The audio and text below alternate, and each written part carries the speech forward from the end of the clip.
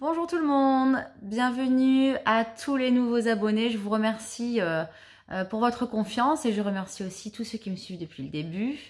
Vous êtes de plus en plus nombreux et franchement ça fait super plaisir.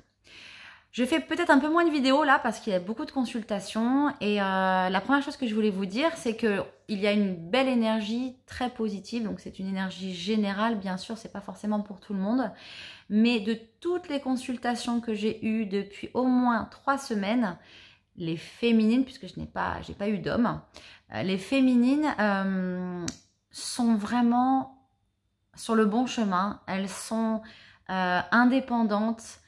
Elles pensent beaucoup à elles, sans oublier leurs jumeaux, bien sûr. Elles travaillent dans la matière aussi.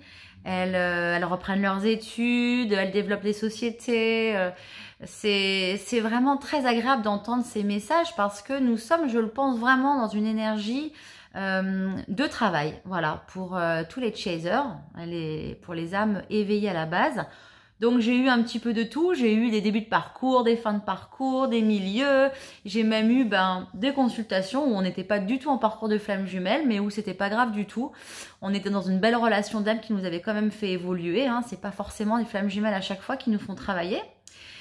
Et puis un sujet qui est arrivé ce matin lors d'un rendez-vous, c'était le sujet de que notre entourage change beaucoup. Donc ça, c'est vraiment un critère que je n'ai pas donné dans mes anciennes vidéos. Mais c'est vrai, il y a quelque chose qui se passe. On va dire peut-être c'est avant la reconnaissance, où on a déjà un changement dans notre entourage.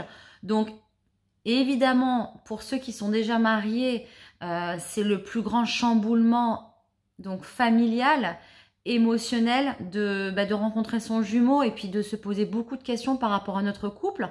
Donc déjà, il faut savoir que c'est pas parce que vous rencontrez votre flamme jumelle que vous vous séparez de votre compagnon. Moi, je connais des jumeaux qui sont en toute conscience restés avec leur mère et leur femme parce qu'elles ont beaucoup de choses à faire avec eux. Et donc ça, c'est très très beau quand on est conscient de ça, de ce travail qu'on doit faire aussi au sein de sa famille. Et quand il sera temps, peut-être, eh bien, se laisser aller chacun dans deux chemins différents, mais sans forcément se déchirer et se séparer dans de mauvais termes. Et puis ensuite, il y a les amis, la famille. Le message que je voulais vous faire passer, c'est que c'est tout à fait naturel quand on s'éveille, et surtout en relation de flamme jumelle, d'avoir des énergies différentes. En fait, on s'en rend pas compte au début, mais on commence à avoir des gens qui nous font un peu des critiques. Ah, mais t'es moins souvent présent, t'as changé. On a de la famille qui vont nous dire, mais tu me fais peur, j'aime pas trop. Qu'est-ce que t'es en train de faire là? T'es en train de prier, c'est vrai, mais pourquoi t'as acheté un livre sur les anges? Enfin voilà, il y a plein de petits signes qu'on est en train de s'éveiller. On s'intéresse beaucoup plus à la spiritualité. Et donc, forcément, notre énergie, elle change. Alors, normalement, elle change en bien, puisqu'on est plus en introspection vers nous-mêmes, on pense plus à nous, et puis quand on s'élève, le taux vibratoire, il monte. En fait, on pense moins au matériel, et on pense plus à l'âme, à son cœur, à son intention, plutôt qu'à ses désirs. Donc, tout ça, ça fait partie des choses qui nous montent le taux vibratoire, qui montent notre énergie, et qui peut faire que notre entourage s'éloigne. Donc, il y a plusieurs sortes d'éloignements. Le premier, c'est celui, on s'appelle plus trop, mais on s'engueule pas, hein, c'est comme ça, on n'a plus trop d'affinité, on va se voir une fois ou deux, on n'a pas trop de choses à se dire, la conversation, elle est un peu stérile, puis voilà, on se voit moins tout simplement. Et puis, à des fois, c'est un peu plus compliqué, souvent avec la famille, où on nous dit qu'on a changé, qu'on n'est plus le même. Et en fait, si vous voulez, le problème avec ces gens-là, c'est qu'ils ont peur. Parce qu'ils sont dans la routine, dans les habitudes. Et ils ont peur que, en fait, votre amour ne soit plus forcément le même.